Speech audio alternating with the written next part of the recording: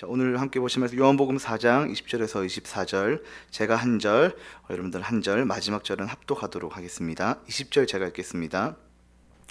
우리 조상들은 이 산에서 예배하였는데 당신들의 말은 예배할 곳이 예루살렘에 있다 하더이다. 예수께서 이르시되 여자여 내 말을 믿으라. 이 산에서도 말고 예루살렘에서도 말고 너희는 알지 못하는 것을 예배하고 우리는 아는 것을 예배하노니 이는 구원이 유대인에게서 남이라. 아버지께 참되게 예배하는 자들은 영과 진리로 예배할 때가 오나니 곧 이때라. 아버지께서는 자기에게 이렇게 예배하는 자들을 찾으시니라. 함께 읽겠습니다. 하나님은 영이시니 예배하는 자가 영과 진리로 예배할지니라. 아멘. 우리 잘 나오셨습니다. 이전에 옆에 분들이 인사할까요? 잘 나오셨습니다. 요즘 어린이부터 어른들까지 이 핸드폰을 들고 하나같이 보는 게 있습니다. 혹시 그게 뭔지 아십니까? 바로 유튜브입니다. 유튜브. 물론 안 보시는 분도 있겠지만 거의 다 전 세계인들이 다 보는 게 유튜브입니다. 구글이 운영하는 사이트인데요. 동영상을 공유해서 서로 이렇게 보는 동영상 사이트입니다. 매일 1억이 넘는 조회수를 기록하고 있을 정도로 전 세계인이 지금 사용하고 있습니다. 저도 이 유튜브를 거의 매일 보고 있는데요. 저는 특별히 이 예배와 찬양 영상, 찬양 들을 때 많이 이용합니다. 요즘 참으로 젊은 이들도 유튜브를 많이 사용하고 있는데 그 중에서 유독 눈에 띄는 것은 이 청년들, 젊은이들을 겨냥한 이 미디어 예배라는 것입니다. 그냥 와서 예배 드리는 것이 아니라 이 미디어를 올려서 오게끔 이렇게 매력적으로 느끼게끔 미디어를 잘 만들어서, 영상을 잘 만들어서 유튜브에 올리면 청년들이 그것을 보고 너무 좋아 보인다 해서 실제로 그 공간에 가게 된다는 거죠. 그래서 이 미디어를 만드는데 참 많은 공을 들이는 것을 볼 수 있습니다. 프로 못지않은 어떤 영상미와 그리고 음향을 덧입혀서 막 사람들을 하여금 매력 있게 하는 것이죠. 그런데 한 가지 염려스러운 부분이 있다면 저게 과연 예배인가, 공연인가 라는 생각이 든다는 것이죠. 좀 더 직설적으로 말하면 오늘 설교 제목처럼 예배인가 쇼인가 라는 생각을 하게 된다는 것입니다. 예배는 하나님 앞에서 드리는 건데 유튜브에 올라온 그런 영상들을 보면, 예배나 찬양 영상을 보면요, 보이기 위한 요소가 참 많이 있다는 것을 느낍니다. 이렇게 보여지기 위한 요소들, 그런 게 참 많이 있다는 것을 느낍니다. 예배 장소도 아닌, 교회도 아닌 어디서 예배를 드리냐면 카페나 어떤 좋은 그런 이쁜, 인테리어가 이쁜 작은 공간에서 예배 드리는 것을 찍어서 올리는 게 참 많이 있습니다. 왜냐하면 교회보다 더 멋지고 이쁘기 때문이죠. 그래서 교회에서 그런 거 잘 안 찍고 카페나 그런 거 빌려가지고 이렇게 막 흑백으로 해가지고 예쁘게 멋있게 보여지게 이렇게 촬영하는 것입니다. 그런데 청년들이 이러한 모임에 나날이 늘어나고 있다는 것이 참 아이러니한 것입니다. 점점 사람들이 관심을 가진다는 거예요. 그 유튜브에서 동영상을 보고 한번 직접 저기 서울이나 이런 데 가본다는 거예요. 그래서 가서 직접 예배해보고 좋으면 계속 간다는 것이죠. 예배도 아닌, 공연도 아닌, 쇼도 아닌 이 애매모호한 성격을 가진 이 모임에 왜 청년들이 매력을 느낄까라는 생각을 하게 되었습니다. 한 가지 분명한 것은 이런 모임을, 이런 청년들이 이런 매력적인 모임, 예배인지도 모르겠는 쇼인지도 모르는 이런 모임에 참여하다가 자신의 실제 교회를 가게 되면 실망하는 청년들이 많다는 것입니다. 그 이유는 딱딱하고 따분한 예배보다 자유롭고 신선한 컨텐츠를 추구하기 때문입니다. 지금 우리는 예배의 홍수가 터진 시대에 살고 있지만 정작 마실 물이 없는 현대 예배의 모습이 아닌가 생각이 듭니다. 지금의 청년들의 모습을 보면 지금 예배의 현실의 모습을 알 수 있는 것이죠. 클릭 하나 한 번 하면 내가 원하는 찬양팀, 내가 원하는 설교자의 어떤 것들을 다 접할 수 있다는 거예요. 그래서 심한 경우는 교회를 다니고 있는데 자기 담임 목사님 설교는 안 듣고 자꾸 다른 교회 설교자 목사님들 거를 막 듣는다는 거죠. 그것은 좀 반대로 된 게 아닌가라는 생각을 합니다. 오늘 설교 제목은 예배인가 쇼인가입니다. 좀 자극적인 설교 제목인데요. 이 제목은 제가 지어낸 게 아니라 사실 책의 제목입니다. A.W. 토저라는 신학자의 책인데요. 예배 시리즈 중에 한 챕터입니다. 그래서 오늘 말씀을 통해서 우리가 예배의 모습, 우리의 예배의 모습을 다시 점검하고 우리의 예배의 모습은 어떠한가 다시 한번 돌아보는 귀한 시간 되었으면 좋겠습니다. 오늘 본문은 예수님과 사마리아 여인이 예배에 대해서 이야기를 주고받는 내용입니다. 사마리아 여인은 예수님께 한 가지 질문을 하죠. 그것은 바로 예배를 어디에서 드려야 하나요? 라는 질문입니다. 그런데 예수님의 답변이 어떠하죠? 동문서답입니다. 그것이 바로 21절인데요. 예수님의 답변, 어디서 예배를 드려야 하나요? 라고 했는데 예수님의 답변이 어떠하죠? 21절 제가 한번 읽어보도록 하겠습니다. 이 산도 아니고 이 산에서도 말고 예루살렘에서도 말고 너희가 아버지께 예배할 때가 이르리라 라고 말씀하십니다. 어디서 예배드려요? 예수님이라고 물어봤는데 장소는 일체 말하지도 않고 예배할 때가 있다라고 이렇게 말씀하시는 것이죠. 예수님은 계속해서 말씀을 이어나가십니다. 23절에 보면 이렇게 기록되어 있죠. 제가 읽어보도록 하겠습니다. 아버지께 참되게 예배하는 자들은 영과 진리로 예배할 때가 오나니 곧 이때라. 아버지께서는 자기에게 이렇게 예배하는 자들을 찾으시느니라. 사마리아 여인의 답변, 어디서 예배를 드려야 하나요? 라는 질문에 두 가지로 답하십니다. 장소가 중요한 것이 아니라 때와 방식이 중요하다라고 예수님이 답변하시는 것입니다. 즉 어디서 예배 드리는 것이 중요한 것이 아니라 어떻게 예배 드려야 하는가가 더 중요하다고 예수님께서 오늘 말씀하고 계시는 것입니다. 그 어떻게 예배 드리는 것이 중요한데 그 어떻게가 바로 무엇과 무엇으로 예배 드리는 거죠. 오늘 본문을 보면 영과 진리로 예배 드리는 것입니다. 여기서 영과 진리는 분리되어 사용될 수 없습니다. 오히려 진리의 성령이라는 한 단어로 표현되는 것이 더 옳은 표현입니다. 영과 진리로 예배한다는 것은 성령과 진리로 예배한다라고 바꾸어 말할 수도 있고요. 더 나아가서 성령과 말씀으로 예배한다라고도 해석할 수 있습니다. 이렇게 예배하는 자들, 영과 진리로 예배하는 자를 주님이 지금 찾으신다라고 말씀하고 계십니다. 자, 그렇다면 이 성령과 말씀, 영과 진리로 예배 드린다는 것이 도대체 어떠한 것인지 우리가 알아야 주님이 찾으시는 우리 한 사람이 되지 않겠습니까? 그래서 그 말씀, 영과 진리로 성령과 말씀으로 예배 드림이 어떤 예배인지 우리가 한번 살펴보면 좋을 것 같습니다. 오늘 우리가 드리는 예배, 이 수요 예배도 마찬가지고 우리 예배에서 우리가 하나님 앞에 반응하고 깨닫게 되는 것은 바로 성령께서 하시는 일입니다. 성령이 예배 가운데 역사하며 어떤 일이 일어날까요? 병든 자가 치유받고 방언이 터지고 이적이 나타나는 것일까요? 충분히 일어날 수 있습니다. 그러나 우리는 그것들이 전부인 양 성령의 능력을 제한해서는 안 될 것입니다. 성령이 역사한다는 것은 앞서 말했던 그런 신비로운 것만이 결코 아니라는 것이죠. 그렇다면 성령이 예배 가운데 임재하시고 역사하면 어떻게 되는가? 가장 먼저는 우리가 가지고 있는 죄에 대한 자각이 일어나는 것입니다. 좀 아이러니하죠. 성령이 임재하면 우리에 대한 자신에 대한 죄에 대한 자각이 일어난다는 것입니다. 우리가 크신 하나님 앞에서 얼마나 무능한 피조물인지 깨닫게 된다는 것입니다. 진정한 예배는 바로 여기서부터 시작하는 것입니다. 그 근거가 무엇입니까? 우리가 구약의 제사를 한번 살펴보면 좋을 것 같은데요. 구약의 제사는 그리스도의 속죄를 바라본 예배의 일시적인 한 형태입니다. 이 구약의 예배를 통해 예배자가 바라는 것은 무엇이었을까? 한 가지밖에 없습니다. 이 제사를 통해서 이 예배자가 바라는 것은 한 가지인데 바로 그것은 죄로 말미암아 깨어진 하나님과의 관계를 다시 회복하고 하나님을 만나는 것밖에 없었습니다.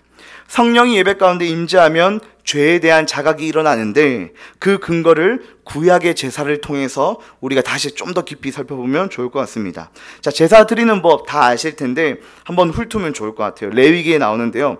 먼저 제사 드리는 자가 뭐를 가져오죠? 가축인데 흠 없는 가축을 선별해서 가져옵니다. 성전으로. 흠 없는 가축. 조금이라도 흠집이 나 있으면 안 돼요. 흠 없는 가축을 직접 들고 와야 됩니다. 그것도 형편마다 하나님이 다 자상하게 다 다르게 이렇게 측정해 놓으셨어요. 잘 사는 사람은 좋은 거, 못 사는 사람은 비둘기 같은 그런 것들을 하나님께서 다 정해 놓으셨습니다. 아무튼 그 가축을 들고 오면 두 번째는 그 예배자가 그 가축의 머리에 안수를 하게 됩니다. 손을 얹고 이렇게 안수를 하는 거죠. 그 행위는 어떤 행위죠? 내 죄가 이 가축에게 다 전가됐다. 죄의 전가라고 하는데 내 죄가 이 동물에게 다 옮겨진 것을 의미하는 상징적인 행위인 것입니다. 죄가 나로부터 떠나서 가축에게 옮겨지는 것이죠. 그러면 이제 안수에서 죄가 이쪽으로 다 갔어요. 이제 저는 죄 없음. 그리고 이제 이 짐승이 내 죄를 다 가져갔어요. 그러면 그 다음 하는 일이 이 죄를 잡아가지고 죽입니다. 저는 안 죽여봤지만 얘기를 들어보면 끔찍하고 잔인하다고 들었어요. 그리고 뚝딱뚝딱 끝나는 게 아니라 몇 시간이 걸린다고 저는 들었습니다. 그게 양이든 뭐 소든 송아지든 해가지고 칼로 찌르고 뭐 토막을 내고 이렇게 토막을 다 낸다고 해요. 그렇게 해서 하나님 앞에 이제 바치게 되는데 토막을 내는 것, 칼로 각을 뜨는 것까지가 예배드리는 본인이 다 하는 일인 겁니다.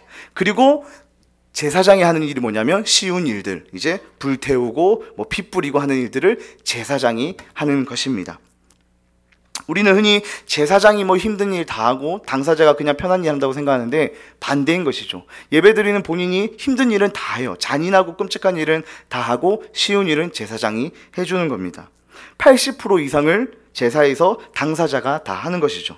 자, 그렇다면 이 예배하는 자가 가축을 들고 오고 안수를 하고 찔러서 죽이고 각을 뜨는 이 모든 제사의 순서에서 예배자가 어떤 생각이 들까요? 어떤 마음이 가장 많이 들까요? 그것은 바로 자신의 죄의 끔찍함을 보게 될 것입니다. 원래 내가 이렇게 각을 떠서 내가 죽어야 되는데 이 동물이 나를 대신해서 죽는 겁니다. 구약의 제사를 통해 예배자는 자신의 죄의 심각성을 깨달을 수밖에 없습니다.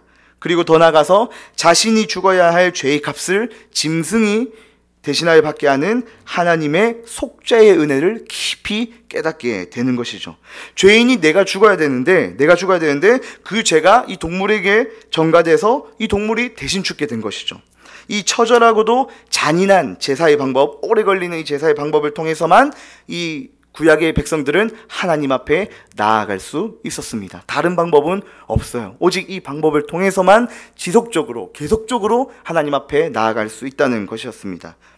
이렇게 제사를 드릴 때에 레위기 1장 9절에는 하나님이 어떻게 반응하시는지 잘 나와 있습니다. 우리 레위기 1장 9절 스크린을 보고 함께 읽어보면 좋을 것 같은데요. 레위기 1장 9절 함께 읽어보도록 하겠습니다. 시작. 그 내장과 정강이를 물로 씻을 것이요 이는 화제라 여호와께 향기로운 냄새니라. 하나님이 이렇게 잔인하고 끔찍한 방법을 통해서 결론은 향기롭대요. 하나님이 향기롭대요. 굉장히 피 터지고 각을 뜨는 치열한 그런 제사 방법이었는데 하나님이 그 냄새를 맡으시고는 향기로워 하시는 것이죠. 이해가 안 되지만 하나님은 이렇게 처절하고 끔찍한 제사를 통해서 이것만을 받기를 원하십니다. 이 제사의 순서에서 하나만 잘못돼도 하나만 틀어져도 이 향기로운 냄새는 더러운 냄새로 바뀌어 버리는 것입니다. 여호와께 향기로운 냄새로 온전히 올려드리려면 이 잔인하고도 끔찍하고 힘겨운 방식을 통해 제사를 반드시 드려야만 했다는 것입니다. 나의 의지와 노력과 물질과 온 마음을 다한 헌신의 마음이 있어야 하는 것입니다. 이것이 바로 우리가 예배 드려야 할 모습인 것입니다. 이렇게 성령이 예배 가운데 역사하면 우리는 가장 본질적인 죄를 정면 충돌하게 되는 것입니다. 그리하여 회개가 일어나고 영적 각성이 일어나게 됩니다. 이것을 통하여 우리는 다시 한번 그리스도의 구속의 은혜와 참 자유를 경험하고 깨닫게 되는 것이죠. 구약의 제사는 아까도 말했듯이 한 번만 드리고 땡이 아니라 계속적으로 제사를, 이 잔인하고도 어려운 이 제사의 방식을 계속적으로 드려야 했습니다. 그러나 그리스도께서 우리의 죄를 위하여 단번에 영원한 제사를 대신 치르셨습니다. 그래서 히브리서 10장에는 이렇게 말하고 있습니다. 히브리서 10장 12절, 14절, 18절, 19절인데요. 좀 구절이 많은데 우리 함께 좀 읽어보면 좋을 것 같습니다. 12절 읽어보겠습니다. 오직 그리스도는 죄를 위하여 한 영원한 제사를 드리시고 하나님 우편에 앉으사. 14절입니다. 그가 거룩하게 된 자들을 한 번의 제사로 영원히 온전하게 하셨느니라. 자, 18절 19절 읽어보도록 하겠습니다. 이것들을 사하셨은즉 다시 죄를 위하여 제사 드릴 것이 없느니라. 그러므로 형제들아 우리가 예수의 피를 힘입어 성소에 들어갈 담력을 얻었나니. 할렐루야. 저는 이 예배 드리기 참 힘들 때 아니면 예배 가운데 지쳐있는 사람들을 보면 이 말씀을 항상 도전 많이 하는 것 같아요. 지금 우리가 잘나서, 언제는 우리가 잘나서 예배를 잘 드리고 언제 우리가 못나서 예배 못 드리고 그런 게 아니라는 거죠. 오직 그 기준은 그리스도의 보혈에 있는 줄로 믿습니다. 오늘 말씀을 얘기합니다. 오직 그리스도는 죄를 위하여 한 영원한 제사를 드리시고, 구약에서는 한 명이 계속 지속적으로 이 끔찍하고 잔인한 방법을 가지고 계속 제사를 드려야 되는데 그리스도께서 한 번으로 영원한 제사를 이미 다 치르셨다는 것입니다. 그렇기 때문에 이렇게 말하죠. 형제들아 우리가 예수의 피를 힘입어 성소에 들어갈 담력을 얻었다라고 말하는 것입니다. 우리의 힘과 능으로 들어가는 것이 아니라 그 지성소는 주님의 보혈을 힘입어 들어가는 줄로 믿습니다. 찬양 중에 그 찬양도 있죠. 그 주의 보좌로 나아갈 때 어떻게 나가야 할까, 이 가사가 이제 고민하고 있는 것 같아요. 결국에 나의 힘이 아닌 어떤 것이 아닌 오직 주의 보혈로 십자가의 완전한 사랑을 힘입어 나아갑니다라는 찬양의 고백처럼 이 말씀이 딱 그 말씀을 가져온 그 찬양으로 한 그런 고백인 것 같습니다. 이것들이 바로 성령의 인도함을 받을 때 일어나는 역사인 것입니다. 성령이 임재하면 우리는 죄를 깨달을 수밖에 없다는 것입니다. 그 죄를 그리스도가 한 번의 영원한 제사를 드림으로 여기 있는 저와 여러분들을 온전케 하셨다는 이 진리가 믿어지는 것, 그렇게 우리는 주의 영이 계신 곳에 참 자유가 있다라는 놀라운 고백을 담대히 선포할 수 있는 것입니다.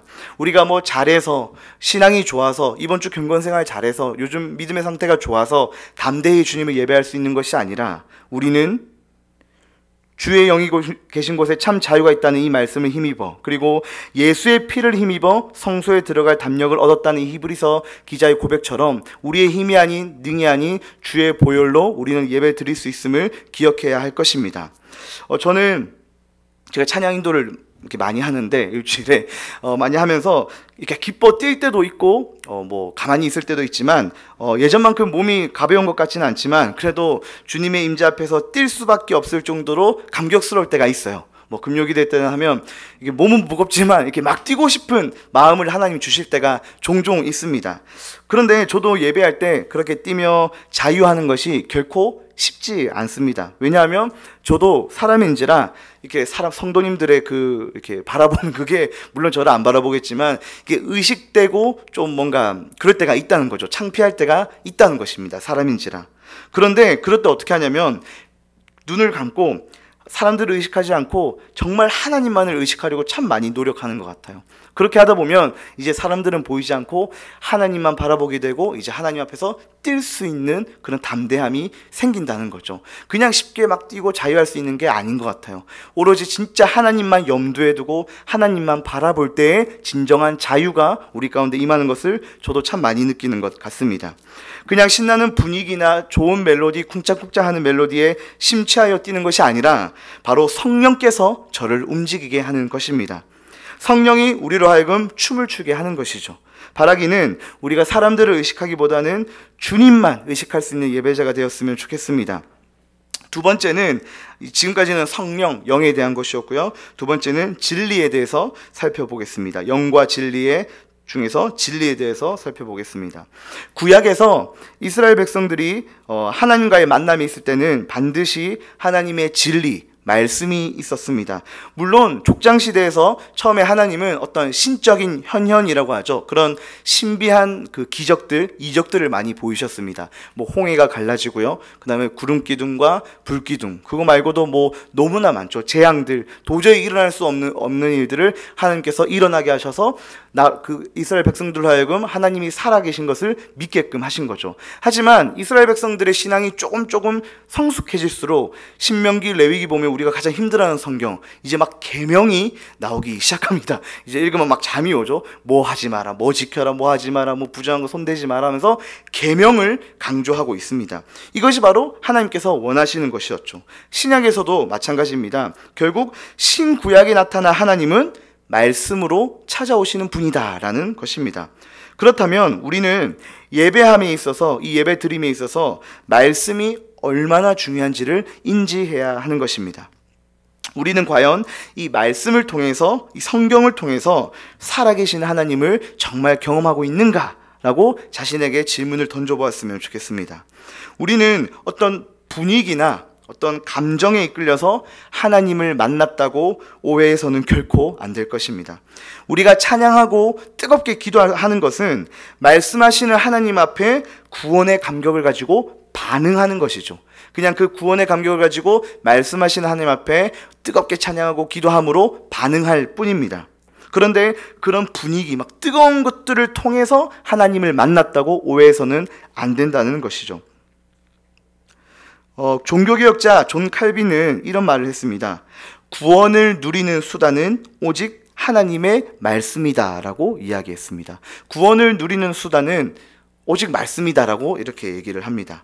그렇기 때문에 우리는 끊임없이 이 말씀을 가까이 해야 하는 거죠. 또 종교개혁자 마틴 루터는 이렇게 얘기합니다. 그에게 이런 질문을 했대요. 설교가 하나님의 말씀인가? 설교가 하나님의 말씀인가라는 질문에 마틴 루터는 이렇게 대답합니다.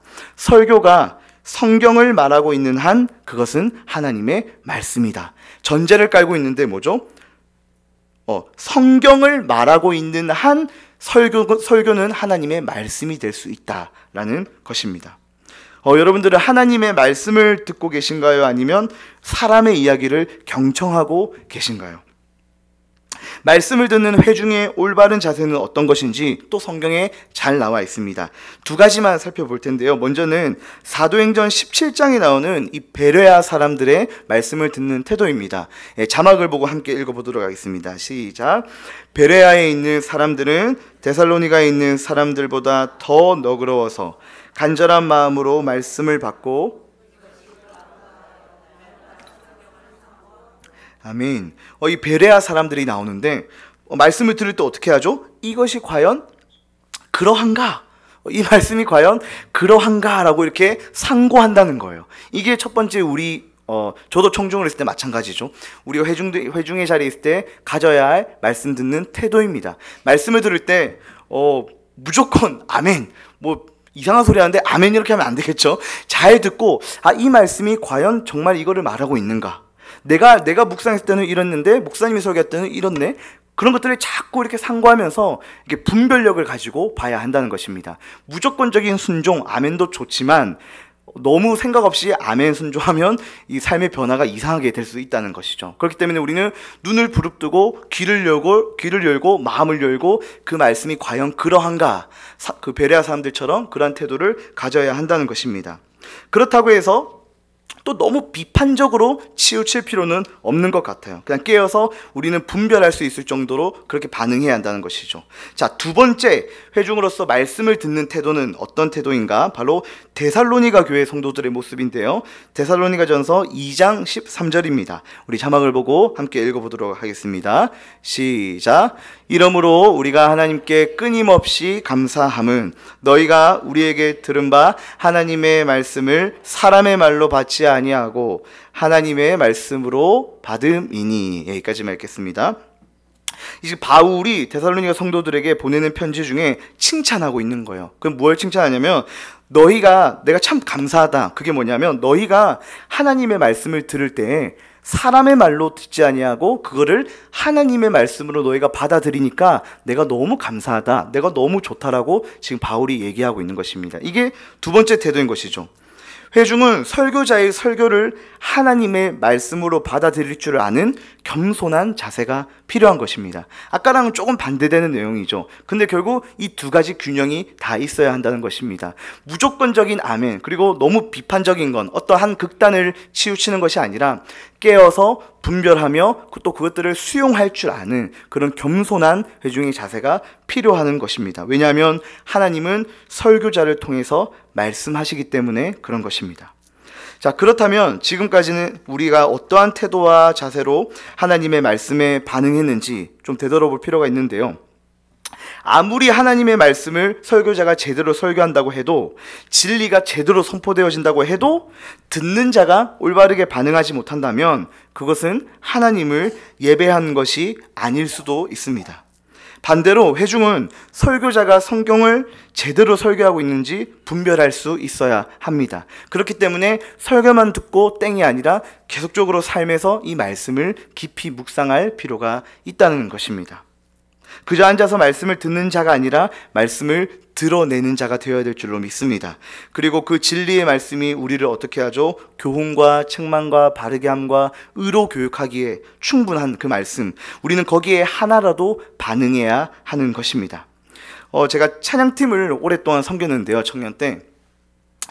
제가 제일 싫어했던 게 뭐냐면, 찬양 때 30분 때는 진짜 다윗보다 더 대단해요. 다윗보다 더 대단할 만큼 뛰면서 땀을 흘리면서 열정적으로 찬양하고 부르짖고 막 뛰고 하는데, 이제 설교 시간이 되죠. 그 설교 시간이 되면 다 자는 거예요, 애들이, 청년들이. 찬양은 진짜 땀을 흘리면서 누가 봐도 다윗이에요. 그런데 다 내려오니까 완전 그냥 다 졸고 있는 거예요. 물론 그 마음도 이해합니다. 다 쏟아부었으니까 또 아침부터 기도해야 하면서 그러니까 피곤한 거 이해되는데, 그 조는 게, 그 자는 게 습관이 된 청년들이 많이 있다는 것입니다. 저는 이제 그런 청년들 보면 다른 거 필요 없이 그게 제일 화나는 것 같아요. 그럼 제가 따끔하게, 제가 화를 잘 안 내는데 따끔하게 그 부분에 대해서 이야기합니다. 야, 너 그 찬양 시간에 아무리 열심히 했지만 설교 시간 때 계속 그렇게 자면 너 예배 드린 거 아니다. 착각하지 마라. 너가 아무리 열심히 했다고 해도 넌 예배 드린 거 아니다. 다시 드리고 와. 아니면 온전한 예배를 드리기 위해 대예배를 다시 드려. 이런 식으로 제가 말해 주는 것입니다. 찬양은 아무리 막 뜨겁게 할지라도 말씀을 드러내지 못하고 말씀에 반응하지 못한다면, 아까 어떻게 했죠? 구약에서 하나님은 말씀으로 찾아오신다고 했는데, 신약에서도 하나님은 말씀으로 찾아오신다고 했는데, 그 말씀으로 찾아오신 하나님 앞에 졸고 자는 것이 습관이 되어버린다면 그것은 하나님을 예배한 것이 아니라는 것이죠. 그리고 또 A.W. 토저는 이런 말을 합니다. 주일에 예배를 잘 드렸다고 할지라도 월요일부터 토요일까지 제대로 삶을 살지 못하고 하나님께 예배하지 못했다면 그 주일의 예배는 무효화가 된다 라는 말을 합니다. 이것은 삶의 예배를 강조하면서 이 학자가 조금 강하게 얘기한 것 같아요. 주일에 아무리 말씀 앞에 잘 반응하고 할지라도 월요일부터 금요일의 삶이 난장판이고 하나님 앞에 제대로 살지 못한다면 그 주일의 예배는 취소가 된다 라고 이 신학자가 세게 우리에게 말해주고 있습니다. 점점 더 저에게 많은 것을 요구하고 있는 거죠. 말씀 시간 때 조는 것만으로도 잘못됐는데 또 그 말씀을 듣고 한 주의 삶이 제대로 살지 못한다면 그 주일의 예배를 우리가 다시 한번 되돌아볼 필요가 있다는 것입니다. 예배함이란 말씀하시는 하나님 앞에 우리가 반응하는 것입니다. 그 반응은 찬양과 기도의 고백으로 또한 삶의 변화로 나타나게 되는 것이죠. 바로 이러한 모습이 오늘 예수님께서 사마리아 여인과의 대화에서 찾으시는 예배자의 모습인 것입니다. 너희가 영과 진리로 예배했으면 좋겠다. 영과 진리로 예배했으면 좋겠다. 내가 그 한 사람을 찾고 있다라고 주님이 말씀하고 계십니다. 그렇기 때문에 예배는 너무 쉽게 생각해서도 안 되고, 우리가 구약에서도 살펴보았지만 예배는 간단한 것도 아니고요, 소홀히 여길 수도 있는 것도 아니고, 조금 지각했다고 해서 그냥 타협하는 그 정도가 아니라는 것이죠. 예배는 우리의 생명을 걸고, 구약의 제사 때 자신이 죽어야 하는데 이 각 동물이 죽은 것처럼 생명을 걸고 혼신의 힘을 다하여 예배하며 하나님 앞에 반응하는 것이 진정한 예배인 것입니다. 말씀의 결론을 맺겠습니다. 북미의 저명한 예배학자인 토마스 롱이라는 학자가 있는데, 이 학자는 오늘날 예배 현실을 뭐라고 표현하냐면 예배 전쟁이라고 표현하고 있습니다. 예배 전쟁, 워십 워 이렇게 표현하는데요. 예배와 어떤 예배의 형식, 그리고 교회에서 불려지는 어떤 음악적인 요소, 찬양, 예전, 예배의 형식 등이 다 교회마다 다 다르다는 거예요. 그리고 그걸로 충돌한다는 거죠. 심지어 한 교회 안에서도 예배의 격차가 벌어지고 있다는 것을 지적하고 있습니다. 물론 다 다를 수밖에 없고 부서마다 특징에 맞게 예배해야 되겠지만 성경적 기준이 없고 무질서한 예배는 결코 있어서는 안 될 것입니다. 지금 이 시간에도 주님은 자기에게 이렇게 예배하는 자들을 오늘 이 시간에도 찾고 계십니다. 영과 진리로, 즉 성령과 말씀으로 예배하는 자들을 찾고 계신다는 것이죠. 우리의 수많은 예배, 수요 예배, 새벽 예배, 화목 저녁 예배, 금요기도회, 주일 예배, 너무나 많은 예배, 그리고 인터넷으로 내가 얼마든지 듣고 싶은 설교자의 설교, 찬양, 뭐든지 예배 자판기처럼 내가 골라 무슨 베스킨라빈스처럼 내가 원하는 설교, 내가 원하는 예배는 다 드릴 수 있는 이 예배의 홍수가 난 시대에서 우리는 과연 정말로 예배를 온전히 드리고 있는지 되돌아볼 필요가 있다는 것입니다. 저는 꿈이 있다면, 소원이 있다면 우리 공동체의 예배가 정말 생명력 넘치는 예배가 되었으면 좋겠습니다. 저부터 잘해야겠지만 성령의 충만한 임재와 하나님의 살아계심이 말씀을 통해 경험되어지는 예배, 그 예배를 꿈꾸고 있습니다. 그렇기 위해서는 어떻게 해야 할까요? 하나님의 높으심을 인정하고 그분 앞에서 한없이 작은 우리의 존재를 또 인정해야 하는 것입니다. 성령을 통해 우리는 죄를 깨닫고 그분 앞에 엎드려져야 합니다. 그리고 오직 예수 그리스도만이 우리의 모든 죄의 문제를 해결하시고 구원을 주셨다라는 것을 자신 있게 담대히 주의 보혈을 힘입어 선포해야 될 줄로 믿습니다. 그것이 바로 참된 예배자, 주님이 찾으시는 예배자의 참 모습, 반응의 모습이라는 것입니다. 더 나아가 말씀을 통해, 말씀 시간을 통해, 예배를 통해, 주의 임재를 통해 우리는 없어지고 내 안에 자아는 다 산산이 조각나고 우리 안에 그리스도로 채워지기를 간절히 원합니다. 바라기는 우리 평화 공동체의 모든 예배, 주일학교부터 성도님들의 모든 예배 가운데에 이러한 충만한 영과 진리로 드려지는 예배가 있기를 주님의 이름으로 간절히 소망합니다. 아멘. 우리 말씀을 기억하면서 우리 찬양하고 기도했으면 좋겠습니다.